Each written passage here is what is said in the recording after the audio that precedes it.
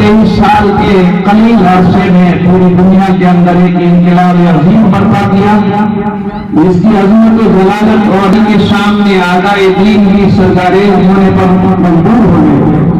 اور فصاحت و بلاغت کی بلندیوں پر فروکش ہونے کے باوجود اس کا مصر لانے سے آگے وہ درمان جانے ہیں،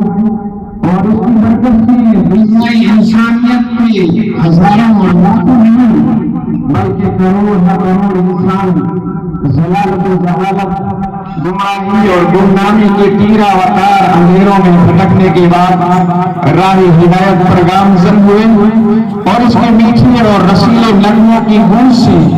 دنیائے انسانیت کے دل و دماغ جھوم جھوم اٹھے۔ اتر کر ہیرا سے رسول قوم آیا، ایک نسخہ کیمیا ساتھ لایا، وہ بجلی کا کڑکا تھا یا صوت ہادی، وہ بجلی کا کڑکا تھا یا صوت ہادی،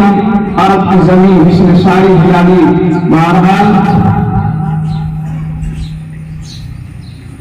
خالق کے کائنات کے بعد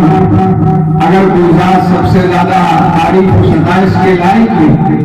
تو وہ ہستی ہے جس کے چشمہ حیا سے گلشن انسانیت نے زندگی پائی، اور سینکڑوں سجدہ گاہوں پر چھوڑنے والی پیشانیوں نے ایک انگریز ہونے کا ڈھنگ اور سلیقہ سیکھا۔ میری مراد خلاصہ کائنات، آمنہ کے لال، سپوتوں کے سپوت، تاجدار مدینہ، سرکار دو عالم حضرت محمد مصطفیٰ صلی اللہ علیہ وسلم، لہذا میں دعوت دیتا ہوں